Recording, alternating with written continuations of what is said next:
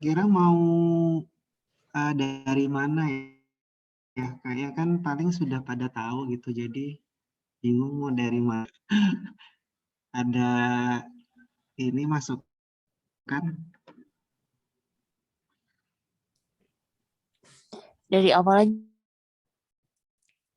ya Mas. Dari awal aja Mas. Kami udah lupa semua. Boleh, boleh. Kayaknya literatur searching juga kali ya Mas. Oke, apa ya? Jadi kan kalau terkait review itu sebenarnya dibagi jadi dua. Yang pertama itu apa ya istilahnya tuh naratif review. Jadi review itu ada dua. Saya kebetulan nggak ada slide-nya sih. Cuma sebagai pengantar aja. Jadi satu literatur review, maaf naratif review. Yang kedua adalah systematic review. Secara garis besar seperti itu. Kalau naratif review itu biasanya dia ini ya apa sifatnya bukan apa ya nggak ada tata cara yang baku jadi biasanya itu lebih bias karena kita kalau literatur review itu kayak semacam yang teman-teman tulis di tinjauan pustaka semacam itu kan literatur review ya atau tinjauan pustaka atau naratif review jadi sifatnya ya sesuai keinginan si penulis gitu jadi misalnya dia pengen meng-highlight sesuatu misalnya terkait terapi apa gitu. Dia akan tulis yang literatur-literatur yang mungkin dianggap dia mendukung apa ya ide-ide si penulis gitu. Jadi biasanya gitu. Itu makanya apa namanya bukan makanya tapi itu seringnya disebutkan naratif review atau literatur review secara umum gitu ya. Tapi kalau systematic review dia ada tata caranya yang teman-teman juga sudah tahu ya. Jadi ada proses apa developing questions gitu dengan Pico, terus kemudian ada proses searching literaturnya, terus kemudian ada proses screening, terus kemudian ada proses misalnya screening awal tuh misalnya dari judul, kemudian abstrak, kemudian nanti pindah lagi ke apa namanya screening dari full text-nya, kemudian data ekstraksi gitu. Mungkin nggak ada strategi juga ini. Jadi itu yang kebetulan kalau dari Cochrane itu kan sudah ada dari Cochrane-nya. Tapi di apa proses systematic review yang lain juga ada yang lain juga gitu nggak harus semuanya sesuai Cochrane gitu karena kalau apa jadi gitu terlalu ribet. Cuman intinya gitu. Jadi kenapa disebut systematic review karena dia ada proses yang sistematik untuk mendapatkan suatu apa jawaban dari suatu pertanyaan itu intinya sih. Terus tadi saya mau share screen.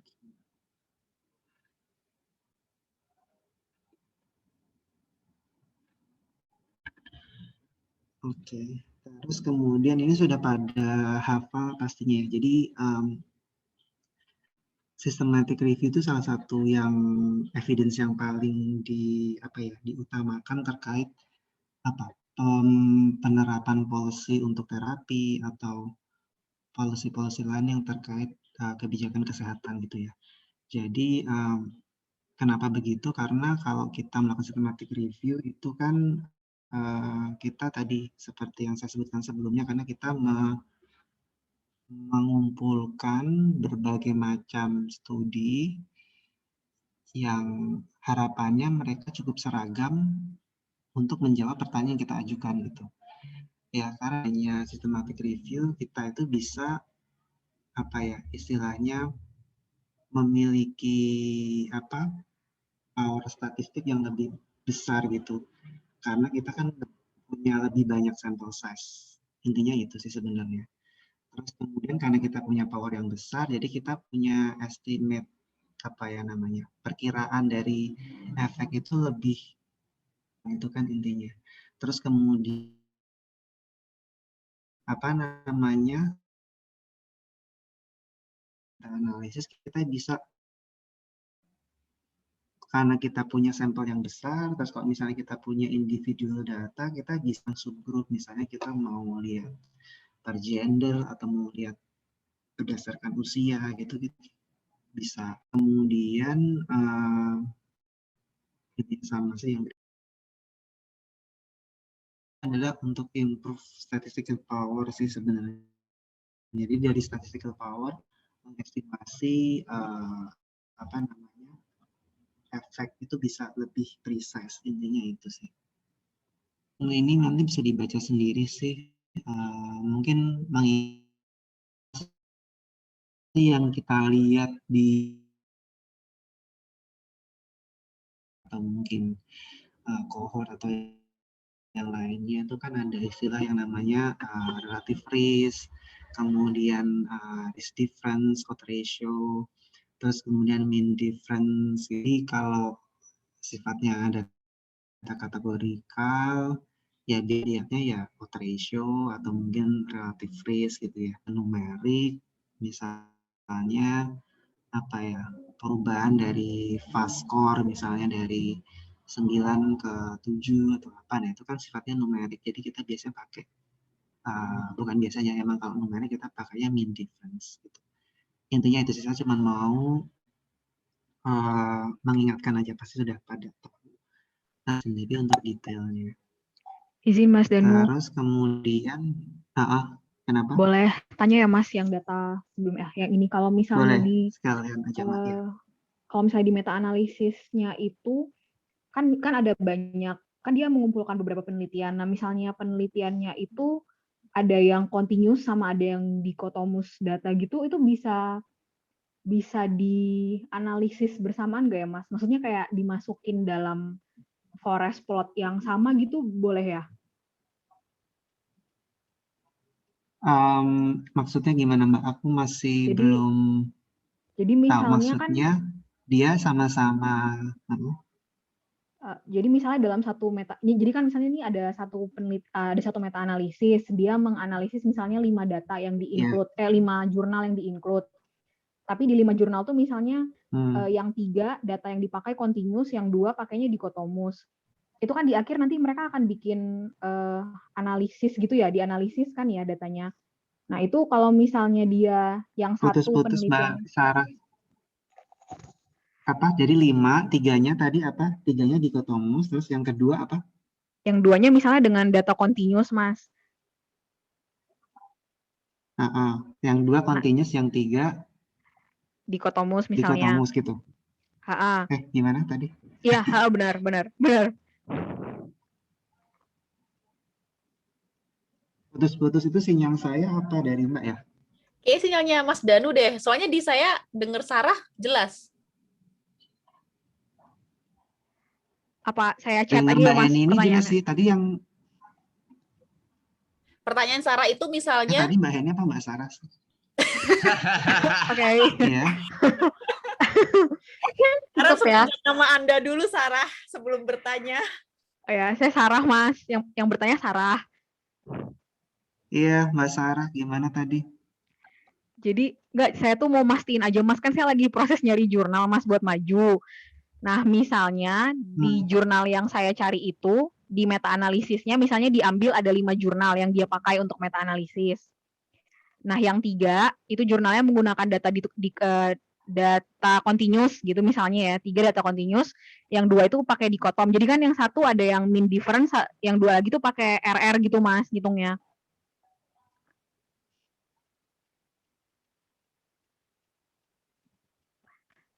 Halo Mas.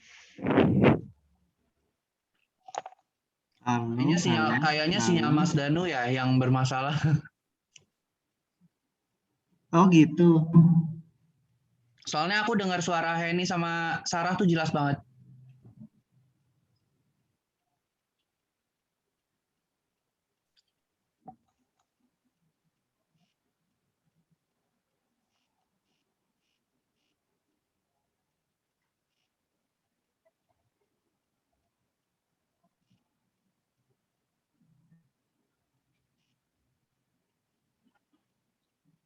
Tadi waktu saya presentasi jelas nggak, tapi lancar nggak suaranya ya? Tadi tuh putus-putus sih, tapi masih bisa ngikutin. Ini putus-putus banget, aduh gawat. Tanya, jadi 3 dikotomus, 2 numerik, terus kemudian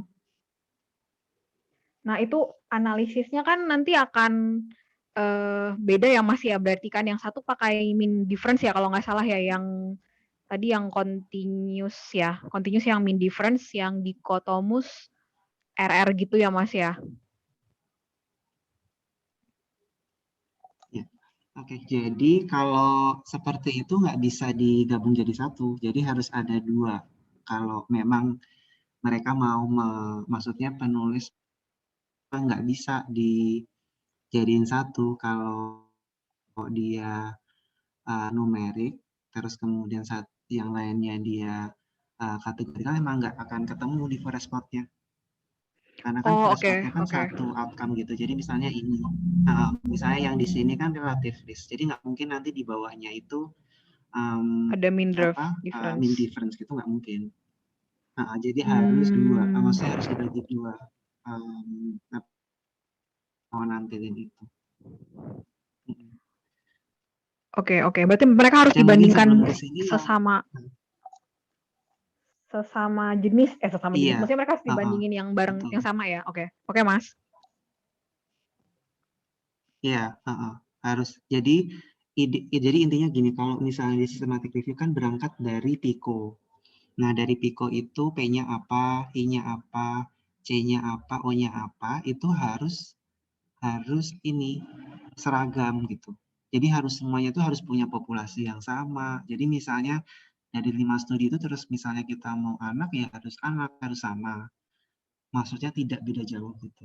Intinya itu. Terus kemudian itu populasi interventionnya ya kadang sulit dikontrol ya. Maksudnya mungkin dosisnya beda, tapi mungkin jenis obatnya sama. Misalnya steroid gitu. Mungkin ada yang pakai Dexa, ada yang pakai prednison, ada yang pakai methylpred gitu. Tapi dia dalam kategori yang sama. Tergantung dari formulasi pikonya. Jadi misalnya interventionnya hanya steroid ya oke. Tapi kalau memang mau spesifik misalnya methylprednisolon gitu ya, nanti yang diambil yang cuman kayak methylprednisolon gitu. Terus kemudian komparatornya juga harus diperhatikan. Jadi misalnya tadi misalkan placebo atau mungkin standar kan harus dilihat juga apakah beda-beda kemudian outcome-nya. Nah, outcome-nya tadi misalnya tadi kita risk ratio atau odds ratio, kemudian ada juga yang mean difference. Nah, kita waktu di awal kita mau meta analisis itu, kita mau sistematik itu, kita tentukan dulu kita outcome-nya mau apa, mau tomus atau mau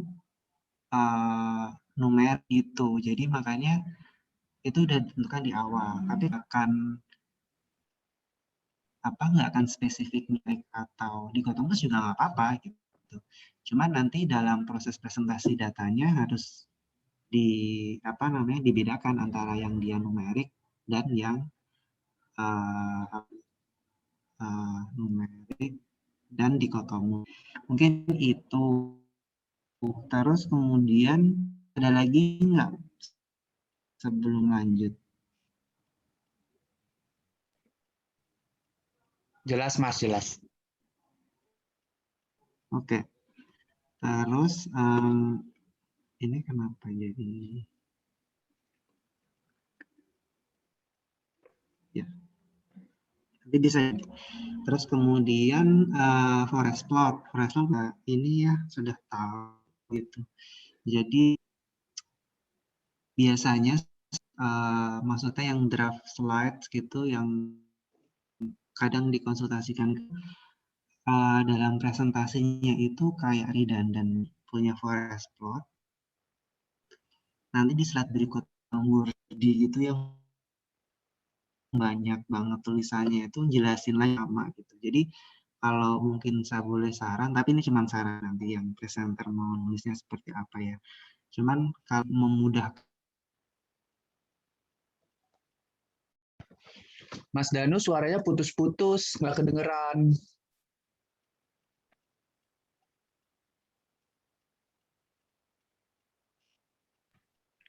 Halo Mas. Kayaknya nggak kedengeran ya? Kayaknya enggak deh. Coba di Hah? Ini Oh, kedengeran. aku doang atau semuanya juga nggak denger? Semuanya deh kayaknya. Halo Mas.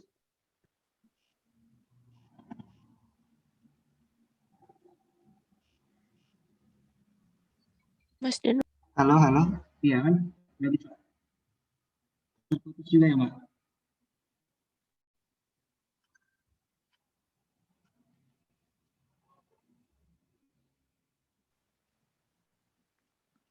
Sudah bisa terdengar belum ya? Sekarang udah Mas. Sekarang sudah Mas. Tadi kepotong baru sampai masuk forest plot yang redundant, abis itu nggak kedengeran. Oke, redundant tadi. Jadi biasanya kalau presentasi itu ada forest plot-nya, terus berikutnya itu ada slide lagi yang jelasin sebenarnya hal yang sama. Jadi yang sifatnya cuma tulisan-tulisan gitu, misalnya kayak apa efek size-nya berapa, square berapa gitu, itu diulang lagi. Jadi kalau saya boleh saran, cukup apa di judul itu misalnya kayak kesimpulannya tuh apa dari slide ini gitu. Misalnya intervention itu meningkatkan apa misalnya outcome-nya misalnya apa ya contohnya menurunkan level nyeri dari 9 ke 6 misalnya gitu atau indifference-nya berapa gitu itu mungkin lebih informatif jadi di judulnya seperti itu terus nanti nggak usah redundant lagi di slide berikutnya terus ada kata-kata lagi macam-macam karena kan sebenarnya kan kata-kata yang di slide berikutnya itu kan menjelaskan si apa namanya si forest plot ini sebenarnya intinya itu aja sih. Cuman terus berikutnya adalah yang terkait forest plot ini kira-kira ada yang masih belum bisa membacanya atau Nanya gimana? Mas. Nanya Mas. Ya, ya. Berarti kalau nanti forest plot ini perlu kita jelaskan cara membacanya nggak di audience? Kan Kalau Pak, kadang-kadang presentasi itu menjelaskan isi forest plot ini nih, bukan intinya doang tadi. enggak sih, bukan maksud saya enggak dijelaskan sih cara membacanya. Cuman maksudnya yang penting-penting aja sih informasi-informasi yang penting yang pasti kan ini kan ya yang apa namanya pull effect ya. Pull effect-nya tuh berapa gitu dan intinya itu apa gitu bahwa misalnya dari meta analisis yang outcome-nya apa kan biasa gitu jadi satu forest plan itu kan satu outcome pasti misalnya kalau kita bahas tentang fast score ya mungkin langsung aja dengan dari meta analisis yang menilai fast score terdapat misalnya 3 studi tapi ini bukan ya 3 studi gitu dari 3 studi itu didapatkan kesimpulan bahwa misalnya obat X itu memiliki menurunkan apa namanya level nyeri yang ditunjukkan dengan misalnya fast score dari berapa ke berapa misalnya dari mean difference-nya misalnya dari 3 atau berapa itu udah langsung intinya itu tapi kalau misalnya ada informasi lain misalnya nanti juga misalnya mau menjelaskan I-square kan sudah ada juga di sini jadi misalnya juga dijelaskan namun dari ketiga studi itu ternyata cukup heterogen bisa dilihat dari outcome-nya ternyata ada yang di sini ada yang di sini di sini gitu misalnya gitu. Tapi nggak perlu dijelaskan cara bacanya. Cuman kadang kalau yang dikirim ke saya itu, saya feedbacknya itu sih. Jadi kadang sudah ada forest plot, tapi di berikutnya itu ada slide lagi yang jelasin satu-satu. Itu misalnya si rolling JK itu berapa jumlah pasiennya, dia apa namanya efeknya berapa itu dijelasin lagi. Padahal sebenarnya tinggal dijelaskan waktu menjelaskan forest plot aja gitu sih intinya. Nah, kalau balik lagi ke forest plot, itu ini kalau yang contoh ini yang dikotomus ya, karena outcome-nya adalah relative risk. Jadi di sini biasanya ada studi ID. Jadi maksudnya studinya siapa. Terus kemudian jenis intervention-nya kalau ini sifatnya systematic review therapeutic ya. Jadi itu ada intervention group, kontrol, terus kemudian outcome-nya. Terus di sini biasanya ada weight. Weight-nya ini dia kayak dalam proses statistiknya itu dia ada pembobotan. Nah, pembobotannya itu berdasarkan apa? Itu berdasarkan dari sampel size. Nah, kita bisa lihat di sini kan sampel size-nya kan dia paling besar yang punya albus. Itu bisa diindikasikan dengan besarnya square yang ada di sini. Dia kalau misalnya dia sampel size-nya besar, Jadi dia square-nya besar gitu. Bobotnya juga besar. Terus yang bisa teman-teman notice lagi adalah confidence interval di sini, effect size-nya yang ditunjukkan dengan garis horizontal di sini, dia cenderung lebih sempit karena dia kan sample size-nya tinggi, tentunya pengukurannya lebih precise gitu.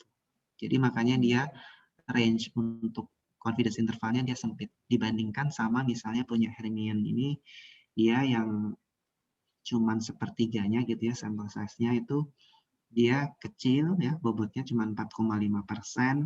Terus kita bisa lihat di sini konsekuensinya confidence intervalnya cukup lebar dan dia cenderung tidak signifikan kan karena dia crossing 1. Nah, yang penting lagi ya tadi terkait yang ada di sini untuk outcome yang relative risk ini, dia di sini kan ada 1, 10 ya, ini kan untuk skala relative risk-nya. Nah, kalau relative risk itu biasanya dia ditarik garisnya itu di angka 1. Kenapa? Dia kalau 1 kan no effects ya. Jadi 1 kali lipat kan berarti kan no effects. Tapi kalau nanti kita lihat mean difference nanti bisa beda lagi karena nanti kan dia selisih mean ya. Selisih mean antara kelompok intervensi sama kelompok kontrol. Jadi di sini nggak mungkin. Jadi dia berdirinya garis tengahnya ini ada di angka 0. Jadi kalau 0 kan berarti no difference. Itu untuk mean. Tapi kalau untuk relative risk dia di 1. Gitu ya. Terus di sini selain weight, di sini ya cuman bentukan angka dari garis horizontal yang ada di sini. Sama yang bagian tengahnya dia efeknya dia berapa? Setengah gitu, setengah. Terus kemudian confidence intervalnya dari 0,05 sampai 5,49 itu. Itu. Terus kemudian setelah itu di sini ada total. Totalnya ini adalah dia pooled effect. Jadi kalau dari proses statistiknya mereka akan coding statistiknya itu dia akan mengestimasi ketiga studi ini untuk mendapatkan satu pooled effect dengan jumlah kumulatif dari sampel size yang ada gitu.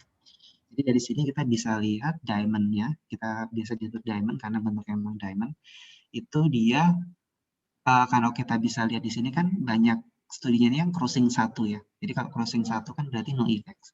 Jadi kita bisa lihat di sini diamond-nya juga crossing 1 karena dia kemungkinan besar memang no effects. Maksudnya nggak ada efek yang signifikan.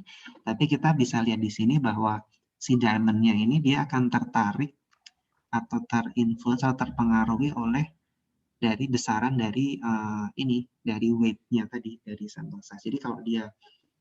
Jadi dia akan kecenderungan lokasinya kan akan hampir sama dengan lokasi yang sampel size-nya itu besar. Ya, make sense kan? Karena kan yang mempengaruhi efeknya kan studi yang punya sampel size besar itu. Itu intinya. Jadi dari forest plot itu. Jadi ini adalah pooled effect-nya yang di diamond-nya. Jadi kalau kita bisa menjelaskan dengan ini apa ya outcome-nya? Ya pokoknya dia misalnya studi ini yang menilai misalnya resiko terjadinya perdarahan gitu misalnya itu ternyata 0,87 kali lipat pada kelompok intervensi gitu. Jadi makanya dia namun demikian itu tidak signifikan secara statistik karena dari confidence intervalnya kita bisa lihat dari 0,41 sampai 1,8 crossing angka 1. Intinya itu. Jadi tidak ada efek di sini. Terus kemudian, ya, silakan. Tadi yang dibilang crossing 1 itu berarti penelitiannya si Albus itu sama Hermione itu ya, Mas ya? Semua sih, yang ini kan juga yang yang dianggap kan garisnya juga. Bukan kotaknya ini ya? Bukan. Semua ini confidence intervalnya. Yang confidence intervalnya crossing 1, oke. Kasih Mas. Mas, nanya lagi dong. Ya. Sorry ya dipotong. Terus kalau misalnya kayak tadi nih, ini kan intervensinya itu, misal pooled effect-nya kan 0,87. Nah ini itu yang favor to control, favor to intervention tuh kan biasanya tuh ada yang ditulis, ada yang enggak. Nah itu gimana ya pada kasus ini nih misalnya? Itu gimana ya left to right-nya tuh yang mana yang kontrol, mana yang intervensi gitu. Itu yang pertama pertanyaanku. Yang kedua, efek total pooled effect-nya itu dilihat yang 0,87 atau yang itu yang test for overall effect ada Z-nya itu loh Mas. Z 0,35 itu lihatnya dari mana ya? 0,35 apa 0,87 itu ya? Oke. Yang pertanyaan pertama tadi kan yang terkait apa tadi kok jadi lupa? Favor to control, Oh favor ya to itu. intervention Itu itu yang ini kan suka nggak ditulis. itu yang suka kadang mabuk ya, editor yang dari apa jurnalnya kadang juga mabuk gitu. Jadi kayak apa kebalik gitu, yang favor to intervention atau yang enggak itu kadang suka kebalik-balik.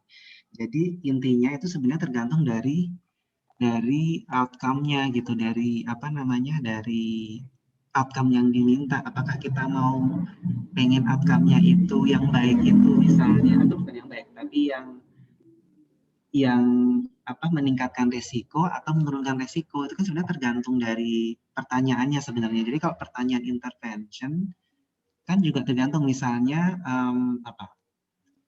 misalnya Kejadian perdarahan tadi. ya kalau perdarahan kan berarti kan tergantung interventionnya kan. Maksudnya kalau kita interventionnya itu menghentikan perdarahan, kan berarti harusnya kita yang favors to intervention itu kan harusnya resiko perdarahannya kan lebih kecil, ya enggak?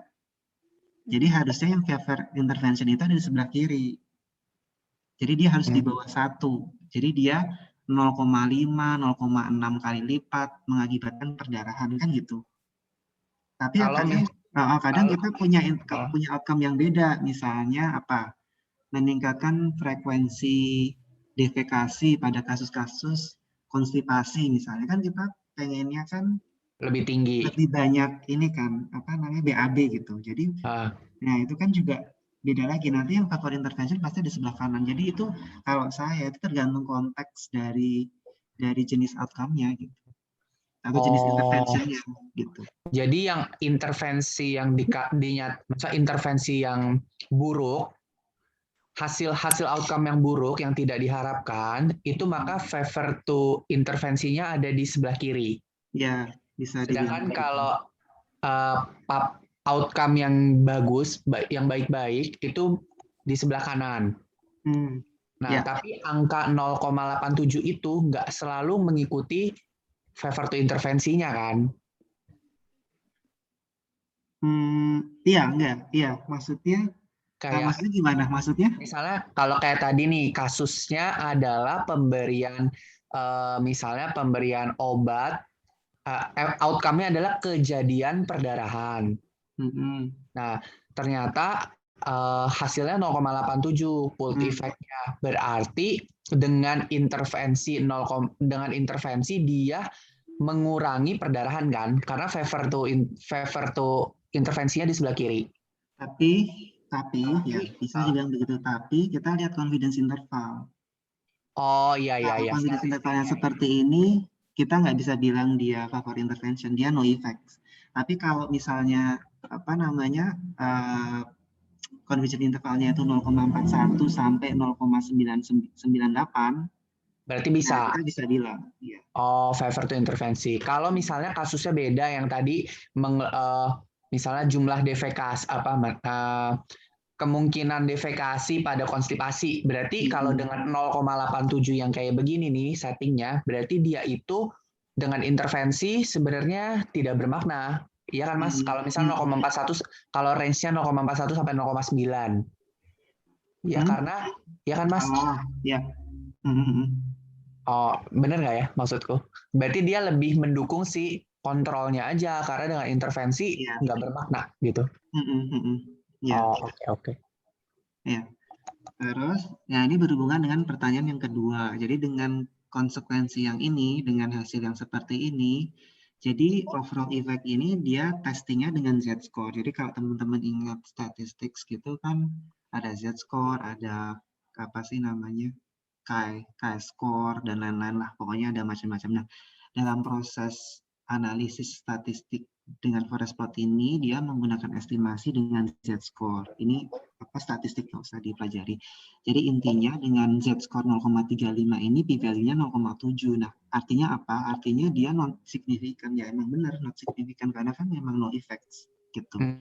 Jadi konsekuensinya itu.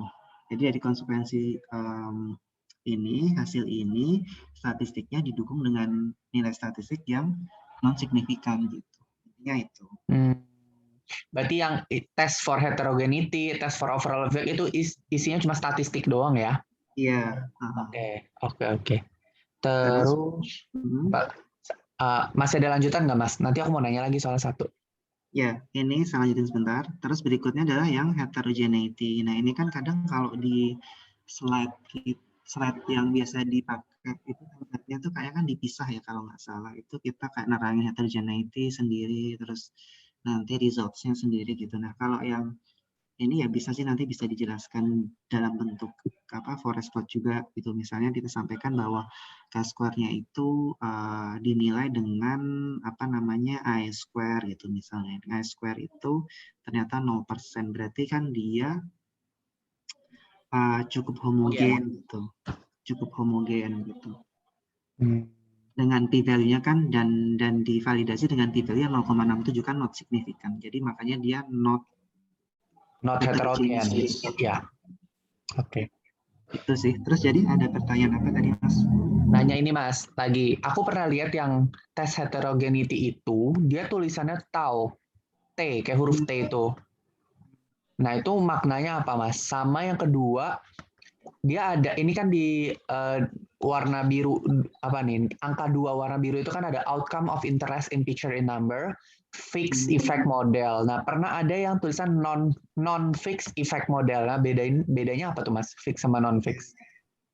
Yang pertama yang terkait tadi tau itu sebenarnya adalah cara statistik yang lain selain I square untuk menilai heterogeneity. Intinya itu. Nanti bisa dibaca-baca lagi gitu. Oke. Terus yang kedua yang terkait fixed effect sama non fixed effect atau random effects. Jadi sebenarnya ada di slide berikutnya, cuman saya jelaskan juga sih di sini. Jadi kalau sebenarnya kalau dari Cochrane sendiri mau dia apapun gitu direkomendasikan dengan random model gitu. Jadi dalam kita memilih analisisnya itu memang ada pilihan mau fix atau random. Nah, kapan pilih fix, kapan pilih random, secara garis besar itu adalah tergantung dari heterogeneity-nya. Jadi kalau misalnya dia sangat heterogeneous, jadi ada yang efeknya di sini, gitu, ada yang di sini, itu kan kayak heterogeneous gitu. Nah, itu sebabnya kan macam-macam.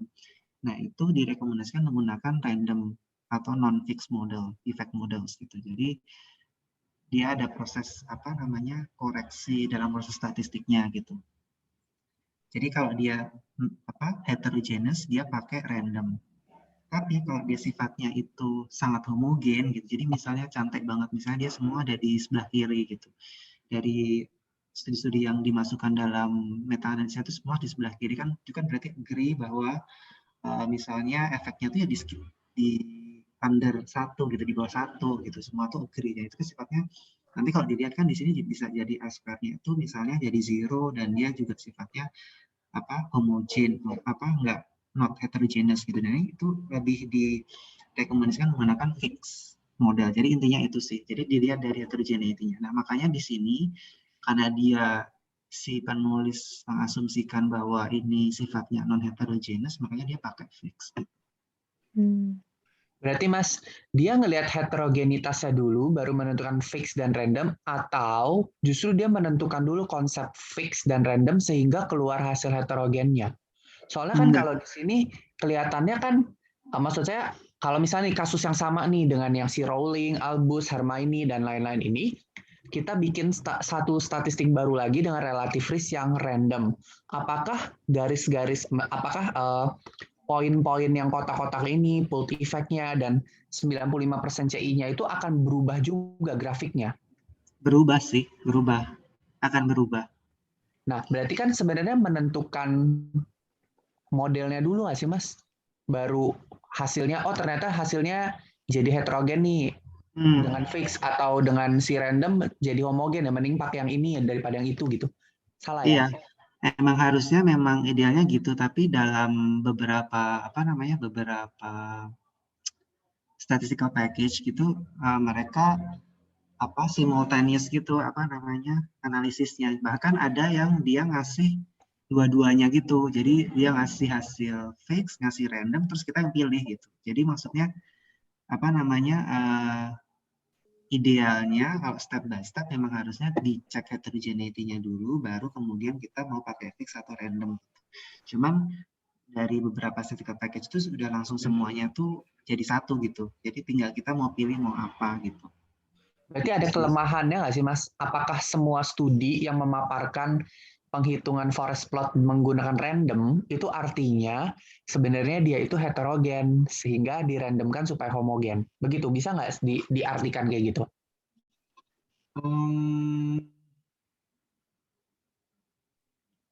Ya, mungkin mungkin bisa dibilang begitu ya. Jadi kayak adjust gitu, mengadjust kayak adjusted gitu ya, jadi ya. Parameternya gitu biar dia bisa di pool gitu. Intinya gitu. Oke, paham. Berarti maksudnya ya kita bisa lihat sih dari studinya ya, kalau udah fix berarti ini emang dari awal udah homogen nih gitu ya, Mas. Tapi kadang kan sifat yang heterogeneous, homogeneous pun sebenarnya meskipun sudah ada statistiknya, kadang tiap orang tuh punya preference sendiri-sendiri gitu. Kadang ada yang menganggap berapa persen itu dia sifatnya masih heterogen. Padahal sebenarnya kalau yang orang lain mungkin nganggapnya dia homogeneous gitu. Jadi kadang agak sedikit subjektif juga. Jadi kadang menurut orang lain akan pakai random, menurut yang lain mungkin akan pakai fix. Kalau saya akan tetap pakai random. kayak ya nggak tahu sih, tapi kadang ini sih tergantung. Nah itu kenapa tuh Mas? Alasan Mas Danu mau jadi random? Sebenarnya dia kan ya sebenarnya boleh sih ini pakai fix karena kan dia semua crossing satu ya. Jadi maksudnya secara statistik juga bermaksud. Secara ini lebih, maksudnya ya emang nggak signifikan semuanya gitu. Jadi kayak outcome-nya itu seragam, non signifikan gitu. Cuman saya melihatnya masih ada ruang heterogeneity di sini sih. Jadi kayak misalnya ini kan kayak cenderungnya kan kalau lihat dari pool effect-nya, tapi point estimate-nya itu kan agak beda-beda gitu. Kalau dari Cochrane sendiri kan memang dia merekomendasikan semuanya pakai random aja karena dia lebih safe gitu dibandingkan pakai fix. Daripada yang fix. Benar. Oke. Terus ada lagi nggak ya? Oke Mas, dari aku itu mungkin ya teman-teman. Udah cukup jelas ya. Kadang kayak overwhelm gitu, kayak mau jelasin apa dulu ya. Kalau saya sih biasanya gitu sih dari meta analisis, dari outcome apa gitu, mulai menjelaskannya dari outcome apa, didapatkan berapa studi, kemudian kesimpulannya bahwa apa gitu dilihat dari data-nya. Terus nanti dijelaskan konsekuensi klinisnya. Jadi misalnya apa tadi dijelaskan dihubungkan dengan klinisnya. Misalnya kalau dari outcome perdarahan jadinya seperti apa gitu. Nggak cuman kayak angka gitu atau cuman deskripsi gitu, tapi diramu gitu dimasukkan nilai-nilai klinisnya gitu. Mungkin itu. Terus berikutnya ini sama sih, ini menjelasin apa ya? Oh, ini tadi yang fix sama random. Ini cukup jauh banget ya. Kalau yang ini contoh yang ekstrim sih. Biasanya nggak kayak gini. Tapi ini real sih ini kejadian nyata. Jadi kalau dia pakai fix, itu dia bisa dapat not signifikan gitu. Jadi no effects. Tapi dengan random dia ada effects. Dan kalau ini teman-teman setuju kan dengan menggunakan random. Kenapa? Karena kan dia cukup heterogeneous ya. Kalau melihat dari gambaran itu kayak titiknya tersebar gitu. Meskipun kalau kita lihat di sini ada satu studi yang punya bobot luar biasa sih sebenarnya 89,76, tapi bisa juga dia memang paling cocok pakai fix juga sih sebenarnya, ya nggak sih? Karena sebenarnya efek yang paling besar itu didapatkan dari ICIS 499 gitu. Jadi jadi bisa jadi ya memang sangat mungkin juga jadinya pakai fix, karena kalau kita lihat dari R-square-nya sebenarnya dia 67% ya. Dia p-value-nya 0,00 kan sifatnya dia cenderungnya heterogeneous dengan seperti ini. Tapi kalau tidak salah pesan moral dari slide ini adalah kita harus melihat ini juga sih, weighting-nya dari beberapa studi ini gitu. Kalau seperti ini harusnya memang saya tarik tadi, kalau yang saya harusnya itu dia memang pakai fixed effect. Karena melihat konsiderasi dari ini, dari pembobotan. Oke, ini salah satu contoh ekstrim sih. Terus berikutnya, Mas boleh tanya nggak sebenarnya Ya, makna tanda panahnya yang ke kiri kanan itu apa sih, Mas? nah, ini karena dia out of the chart aja sih, Mbak. Mungkin sangat panjang gitu. Oh panjang, oh ya, oke Iya, oke. jadi nggak Oke. muat di chart. Oke. Terus, Karena confidence intervalnya lebar gitu ya Mas berarti ya? iya betul. Jadi kalau dia, ya sebenarnya mau kalau ini sampai 14 kan sampai ke sana banget ya. Nanti nggak cukup di papernya. Gitu sih. Oke. Sorry, mau nanya, mumpung Iya. ingat. Jadi sebenarnya ada batasan nggak berapa dibilang confidence intervalnya sempit, berapa luas? Mau nentuin dia sempit apa luas itu gimana, Mas? Ya. Batasan cut off-nya. Ya. Ya, makasih Mas. Itu banyak pertanyaan yang sering ditanyakan, tapi jawabannya itu apa ya, istilahnya kayak subjektif. Jadi setahu saya itu nggak ada, itu sangat tergantung dari outcome gitu, Mbak. Jadi misalnya kan ada dua outcome utama ya, misalnya kayak relative risk yang dikotomos atau misalnya numerik. Yang paling gampang tuh contoh numerik, misalnya frekuensi BAB dibandingkan dengan frekuensi BAB dalam 1 minggu dibandingkan dengan contohnya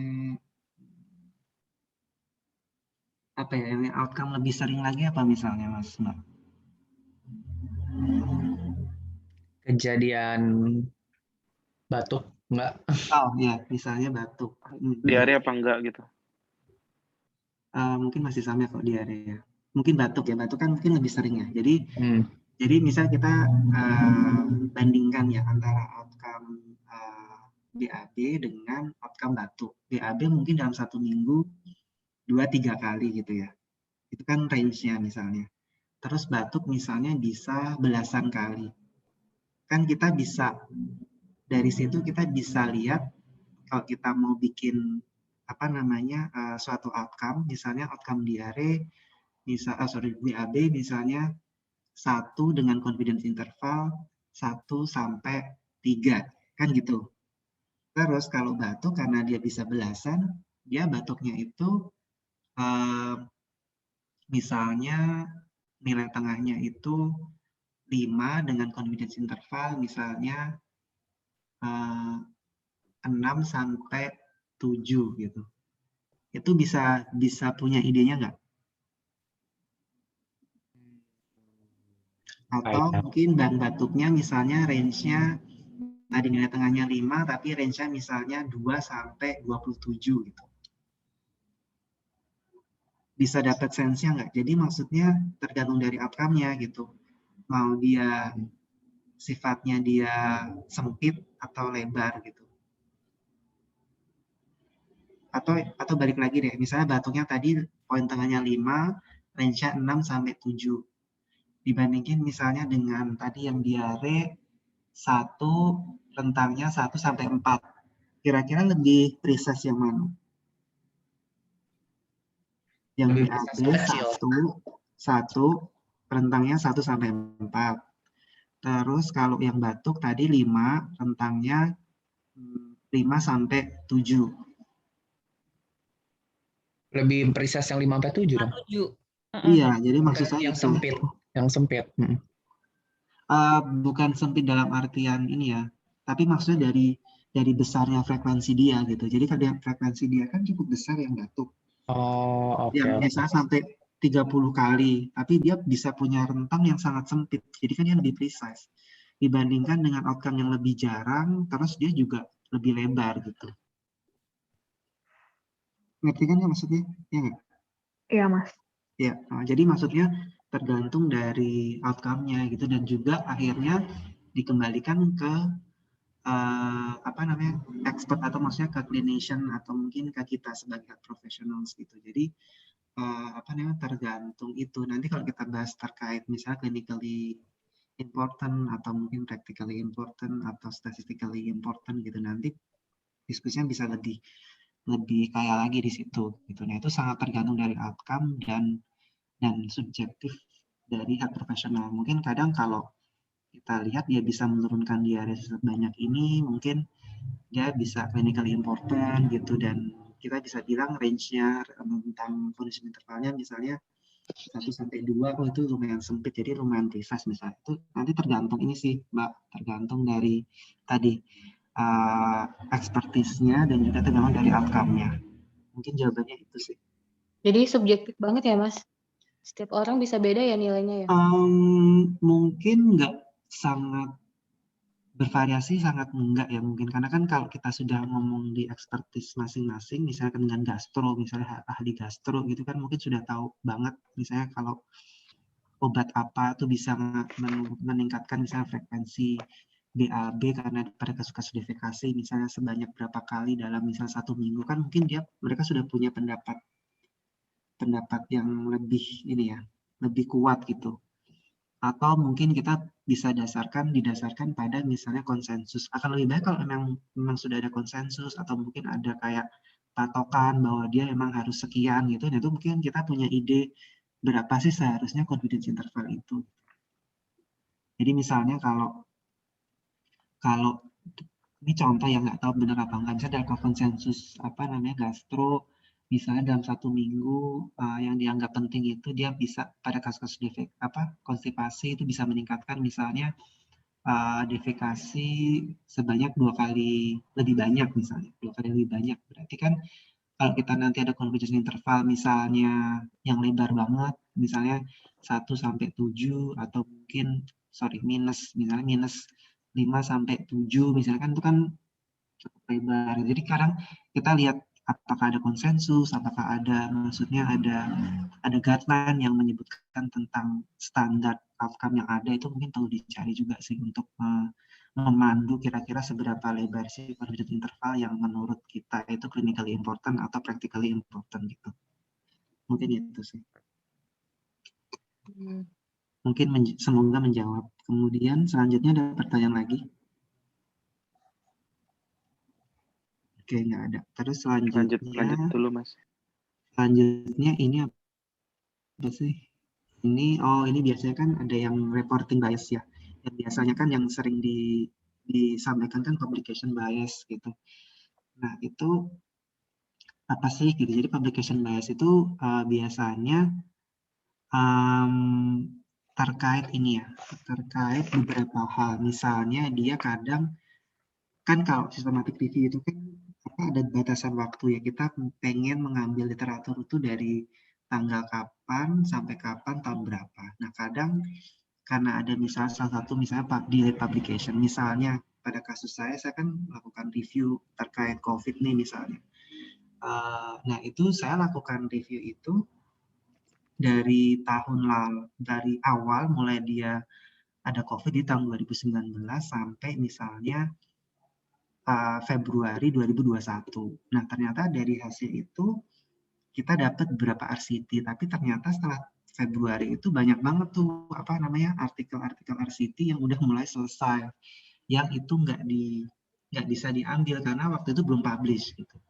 Jadi itu akan bisa jadi mengakibatkan publication bias karena akan banyak artikel-artikel yang tidak terambil gitu. Jadi nanti kalau kan ada analisisnya nanti di publication bias itu. Nah, itu nanti akan kelihatan. Terus kemudian juga bias-bias terkait bahasa. Misalnya kadang kan kita hanya berkonsentrasi pada yang bahasa Inggris, padahal untuk bahasa-bahasa lain kan juga ada. Dan kadang mungkin yang di bahasa lain itu outcome-nya sangat berbeda, maksudnya dengan yang ada di publication gitu. Nah, itu kan nanti juga bisa mengakibatkan publication bias, tapi kadang itu nggak terdeteksi. Terus kemudian selective outcome reporting. Jadi kadang-kadang kecenderungannya itu ternyata yang dipublish di banyak jurnal itu adalah artikel-artikel yang hasil outcome-nya itu bagus dalam artian sesuai harapan dari misalnya penulis. Tapi kalau misalnya dia tidak sesuai harapan, kadang nggak dipublish. Nah itu makanya kita bisa melihat kok kecenderungannya bagus-bagus nih, obat ini punya efek segala macam gitu. Padahal mungkin sebenarnya di balik itu banyak juga artikel-artikel yang tidak yang menghasilkan outcome tidak ada efek tapi tidak dipublish karena mungkin nggak laku atau mungkin memang penulisnya nggak mau publish karena nggak ada efek gitu. Mungkin bisa seperti itu. Terus ya intinya seperti itu. Terus kemudian ya intinya seperti itu sih kalau publication bias itu.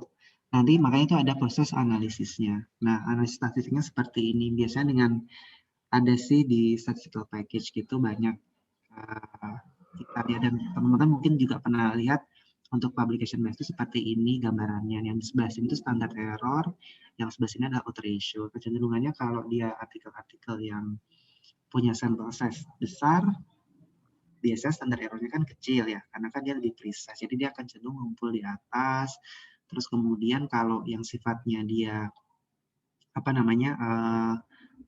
risiko publication biasnya rendah itu dia akan tersebar gitu kayak random. Jadi yang dot-dot ini adalah studinya ya. Jadi biasanya random gitu. Kalau dia risiko publication biasnya itu rendah.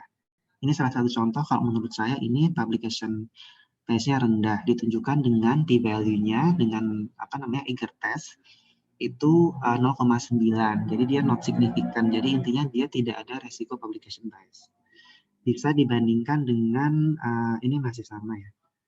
Dibandingkan dengan gambaran seperti ini. Ini kan yang contoh pertama nih. Ini ada risiko publication bias karena banyak artikel-artikel yang ada di sebelah kiri yang punya odds ratio yang kecenderungannya dia lebih kecil atau mungkin kalau kita masukkan dalam contoh systematic review atau mungkin RCT intervention mungkin karena dia punya efek-efek yang bagus makanya dia lebih laku, jadi lebih banyak artikel yang dipublish gitu, seperti itu.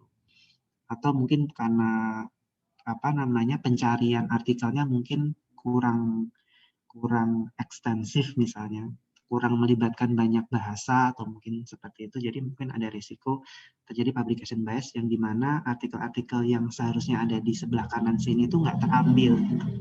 Intinya itu. Jadi intinya untuk melihat apakah di situ ada risiko publication bias atau tidak. Intinya itu sih. Itu mungkin terkait publication bias. Ada pertanyaan nggak ya? Ini kadang ada, kadang nggak sih. Jadi maksudnya nggak. Kadang nggak mau dipresentasikan juga sih. Cuman nice to know gitu. Nggak ada pertanyaan. Selanjutnya, tadi ini yang untuk model random effects model tadi ya. Nanti bisa dibaca sendiri. Tapi intinya kapan kita pakai fix, kapan kita pakai random tadi. Jadi kalau kita heterogeneous ya kita pakainya random. Tapi kalau dia cukup homogeneous pakainya fix gitu. Jadi lebih ke dengan memakai salah satu ini tuh harapannya estimasi pool effect-nya itu lebih precise. Intinya itu sih. Nah, ini bisa juga dibaca di sini kapan kita pakai fix, kapan kita pakai random gitu ya. Ini di sini bahkan ada tambahan ini ya, kalau misalnya dia lebih dari 5 studi kita pakainya random gitu. Seperti itu. Jadi kita bisa baca sendiri. Terus kemudian ini apa sih? Ini yang tadi yang kita sebutkan yang ada statistical significance, ada practical significance, terus kemudian yang ketiga ada clinical significance gitu. Nah, jadi kalau di sini tuh kalau statistical significance itu kan berarti kan dari proses statistiknya gitu ya. Ditujukan dengan misalnya p-value, terus kemudian 95% confidence interval gitu. Itu statistical significance. Tapi kalau yang practical significance itu biasanya yang menginterpretasikan itu adalah seperti kita, jadi health professionals gitu atau peneliti.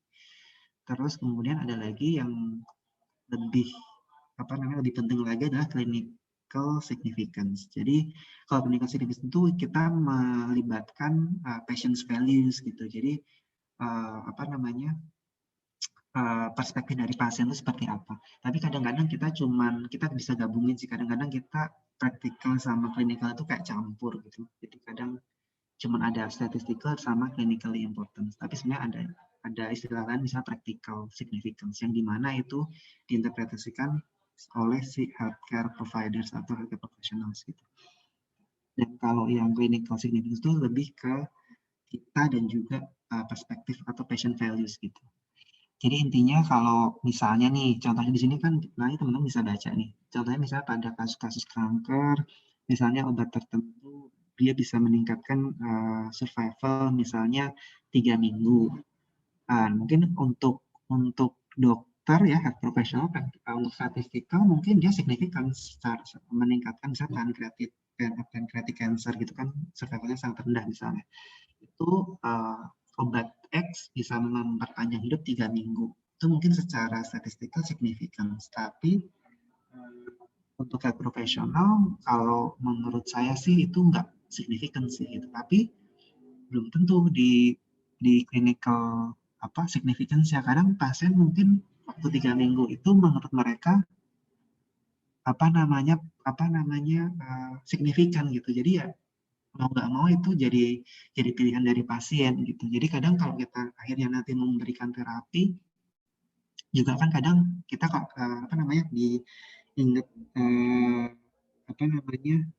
shared decision making ya, skills lab itu kan ada 3 domain, pasien, kita, terus juga satu lagi obatnya kalau nggak salah. Nah, jadi kita harus memasukkan patient values juga di situ. Nah, kalau misalnya kita beranggapan itu not significant tadi obatnya, tapi pasien menganggap itu signifikan dan dia mau diobati, ya mau nggak mau kita harus ngobatin meskipun kalau secara kita mungkin nggak signifikan. Mungkin itu ya. Jadi sudah tahu ide-nya seperti itu.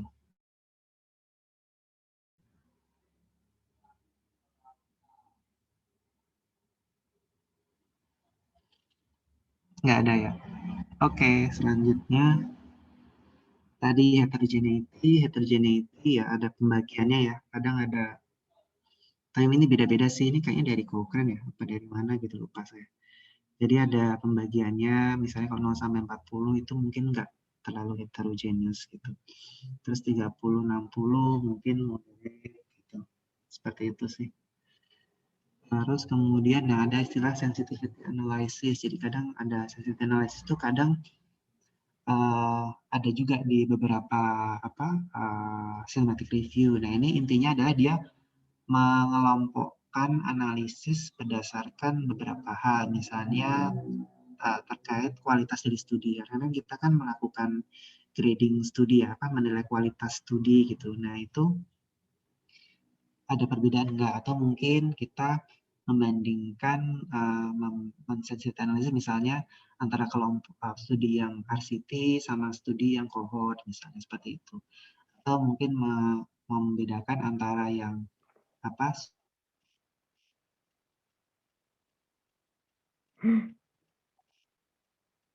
Keputus lagi ya.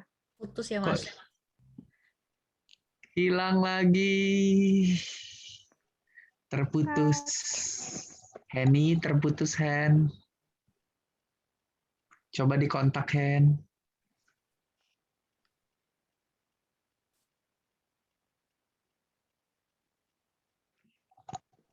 Halo? Ya, Mas. Baru kesambung lagi, Mas. Tadi dari mana ya, Mas? Putusnya? Heterogen itu Yang apa? Ya, yang ada derajatnya itu kan tadi. Derajat itu. Oh, yang ini? Slide-nya belum keluar, Mas. Oh, sorry.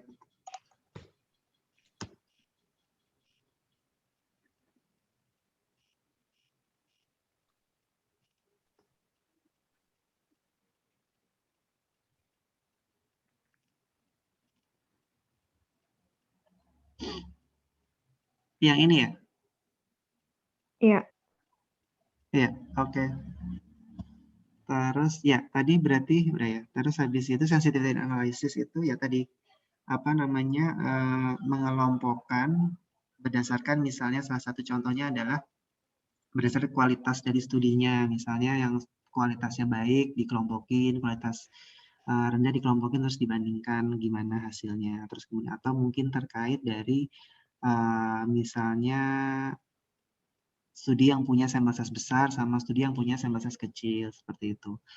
Atau mungkin apalagi ya? Itu sih biasanya yang paling sering.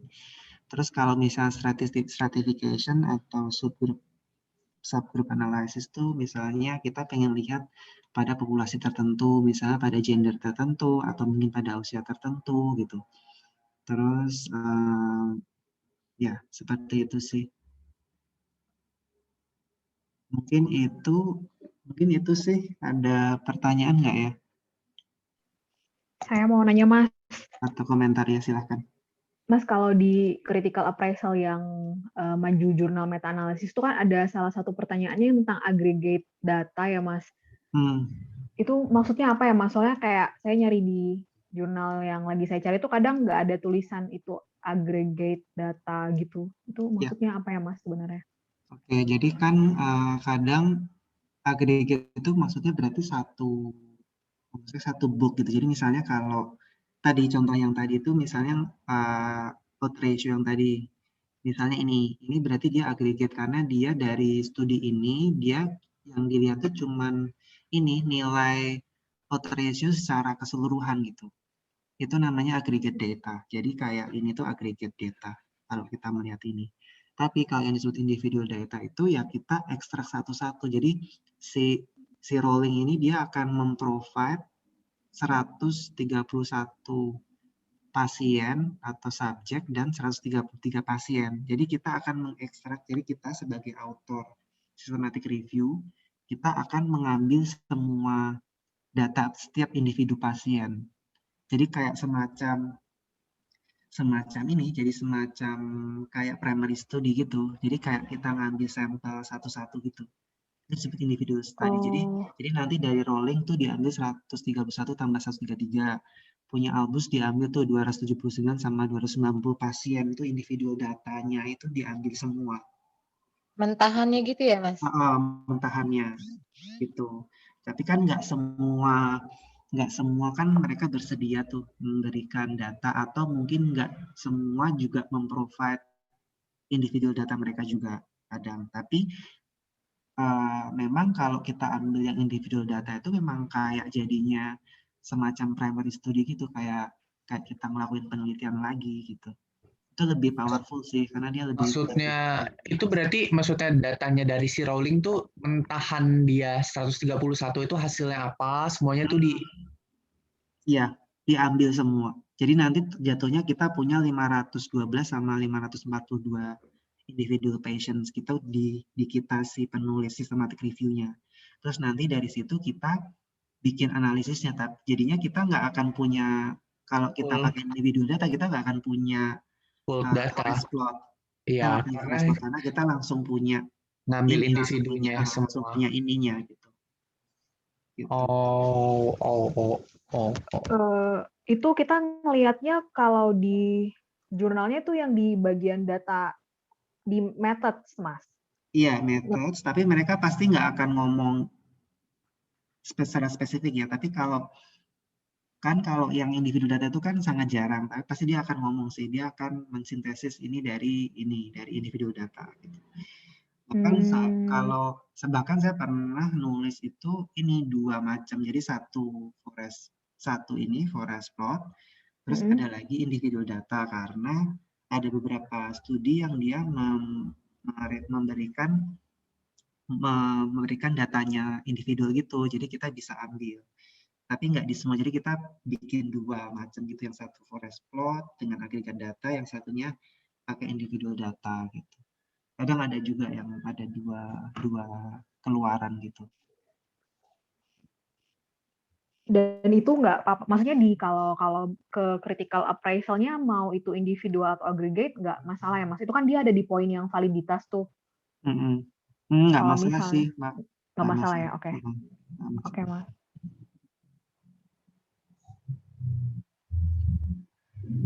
Oh, sama satu lagi Mas, mau tanya dong, maksudnya crossover studies apa ya?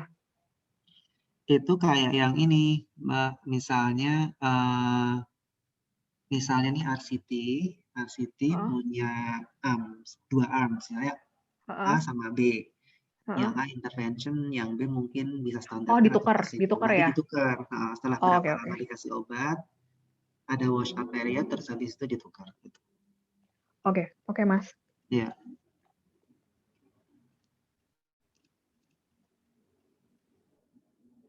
Ada lagi mungkin?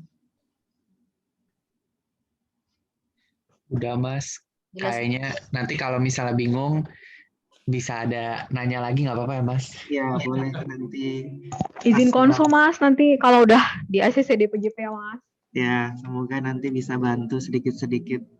Ya, Mas. Banyak juga nggak nggak apa-apa, Mas. Banyak Mas Danu. Ya. Makasih, Mas Danu. Terima kasih, Mas. Terima kasih banyak. Mohon maaf kalau ada yang kurang. Makasih ya, Mas. Maaf direpotkan. Enggak, saya senang kok bisa sharing. Terima kasih. Terima kasih. Makasih, Mas Danu. Makasih, Mas. Makasih, Mas.